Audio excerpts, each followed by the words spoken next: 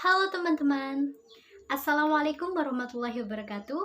Perkenalkan, nama saya Isnaini, NIM 20038, Prodi Teknik Informatika Universitas Trunojoyo Madura.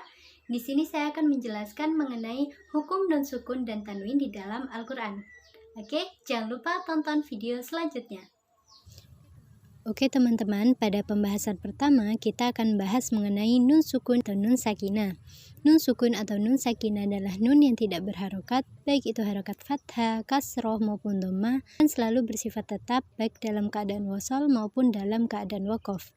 Gambar berikut ini adalah bentuk dari nun sukun.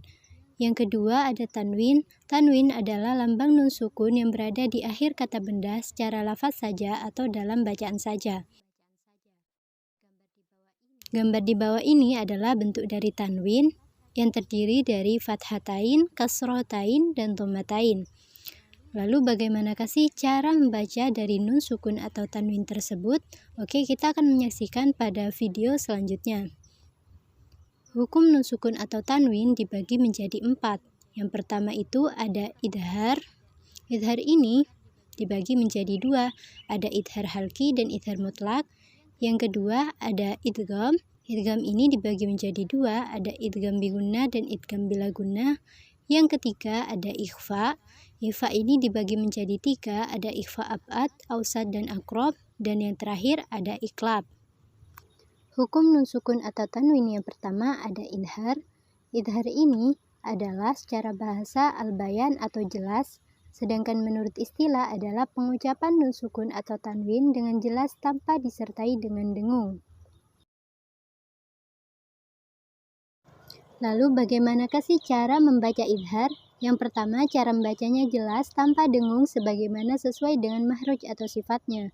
Yang kedua, hindari memantulkan nun sukun atau tanwin. Yang ketiga, hindari memutuskan pengucapan sehingga terkesan memutuskan huruf sebelum dan setelahnya. Oke, idhar ini dibagi menjadi 2, ada idhar halki dan idhar mutlak. Idhar halki karena hurufnya berasal dari halki atau tenggorokan, yaitu a, ha, ain, ha, kho. Sedangkan idhar mutlak yaitu terjadi ketika nun sukun atau tanwin bertemu dengan huruf wawu dan ya. Gambar berikut ini contoh dari idhar halki di mana setiap hurufnya memiliki contoh masing-masing. Kita mulai dari contoh yang pertama, yaitu cara membacanya min akhihi. Jadi dibaca jelas tanpa mendengung, bukan seperti ini. Min akhihi. Itu tidak boleh. Kemudian contoh selanjutnya ada in huwa. Kita tidak boleh mendengungkan seperti ini. In huwa. Itu tidak boleh ya.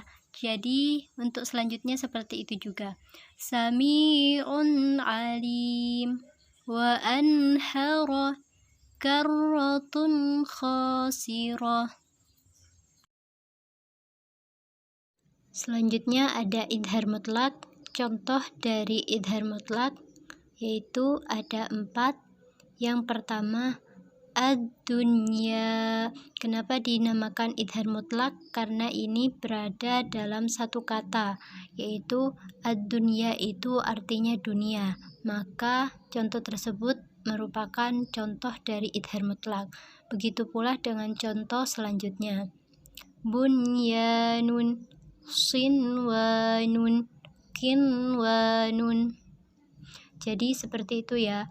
Idhar mutlak itu kenapa dinamakan idhar mutlak? Karena idhar ini dalam satu kata, seperti ad-dunya itu dunia. Hukum nun sukun atau tanwin yang kedua ada idgham. Idgham secara bahasa berarti memasukkan sesuatu pada sesuatu yang lain. Sementara menurut istilah ilmu tajwid, idgham artinya bunyi nun mati atau tanwin yang dileburkan dan dimasukkan ke dalam salah satu huruf idgham. Huruf-huruf idgham antara lain ada ya, ro, mim, lam, wawu, dan nun yang sering kita singkat dengan bacaan yarmaluna.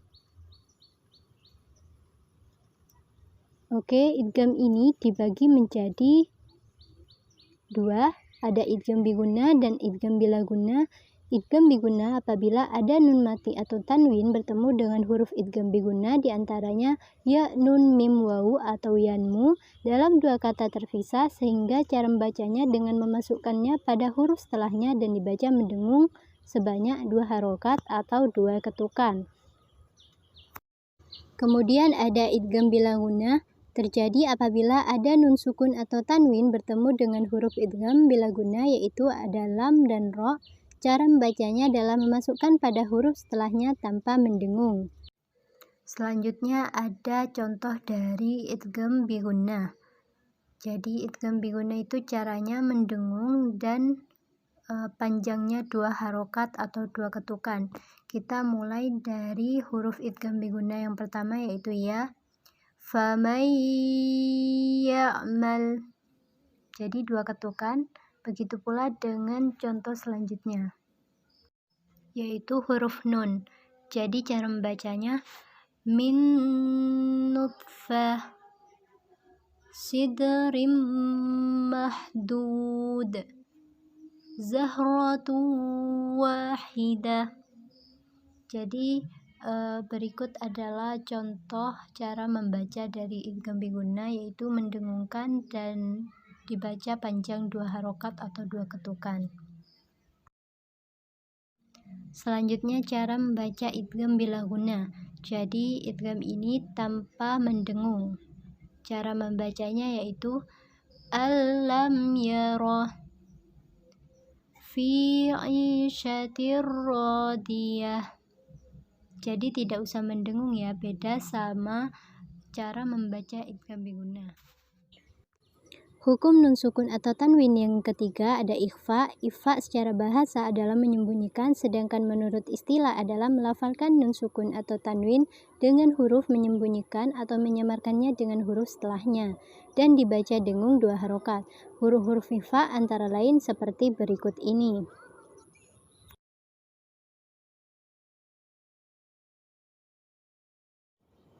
Ikhfa ini dibagi menjadi 3. Ada ikhfa aqrab, ada ikhfa ausat, dan yang terakhir ada ikhfa ab'ad. Ikhfa aqrab adalah dekat, yaitu hurufnya ada ta, to, za. Yang kedua ada ikhfa ausat. Huruf dari ikhfa ausat yaitu ada sa, ja, za, zain, sin, shin, shod, dhad, to, dan fa. Maaf, shod, dhad, lo, dan fa. Untuk ikhfa ab'ad artinya jauh dengan hurufnya ada ko dan ka. Selanjutnya ada ikhfa aqrab. Di sini ada 3 contoh, yaitu yang pertama anta, miltin, inda. Kenapa dinamakan ikhfa aqrab? Karena posisi dari nun sukun dengan huruf-huruf ikhfa aqrab ini terasa sangat dekat atau seperti mengalir begitu saja. Selanjutnya ada contoh dari ikhfa ausat. Nanti suara yang akan dihasilkan bersifat pertengahan atau menyamarkan bunyi nun sukun atau tanwin dengan lidah yang sudah bersiap-siap mengucapkan makhrajnya. Contohnya ada hubban jammah masafiha.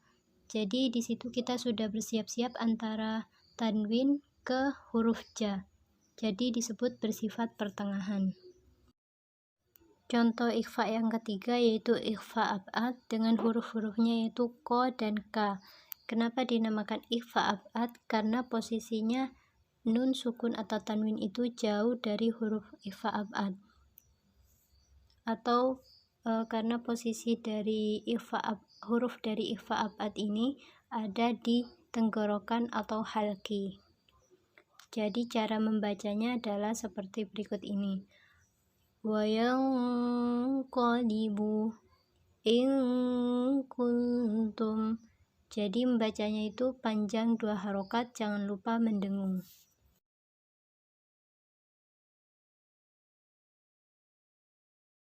Dan ka. Yang terakhir, hukum nun sukun atau tanwin ada iklab. Iklab secara bahasa artinya merubah sesuatu dari bentuknya, sedangkan menurut istilah adalah perubahan bunyi nun sukun atau tanwin menjadi mim yang disamarkan ketika bertemu dengan huruf iklab, yaitu ada ba dan dibaca dengung 2 harokat. Untuk yang terakhir adalah contoh dari iklab. di mana cara membacanya adalah dengung 2 harokat dan nun sukun dibaca menjadi mim. Jadi nanti dibacanya nun sukun ini berubah jadi mim. Contohnya mim baini fa'ambatna yawma idim bijahannam